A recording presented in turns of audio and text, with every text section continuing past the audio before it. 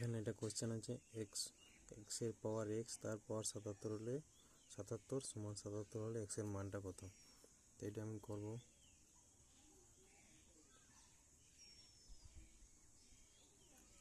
তারপর 77 সমান এটাকে 77-এর পর 77 লিখছি, এটাকে আমি ভাঙছি।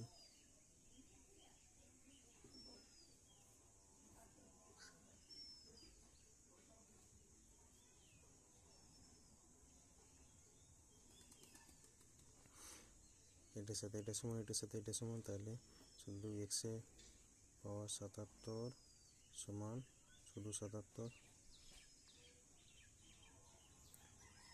তাই এক্স সমান 77 বাই এই 77টা 1/, এটা হচ্ছে আমার অ্যান্সার।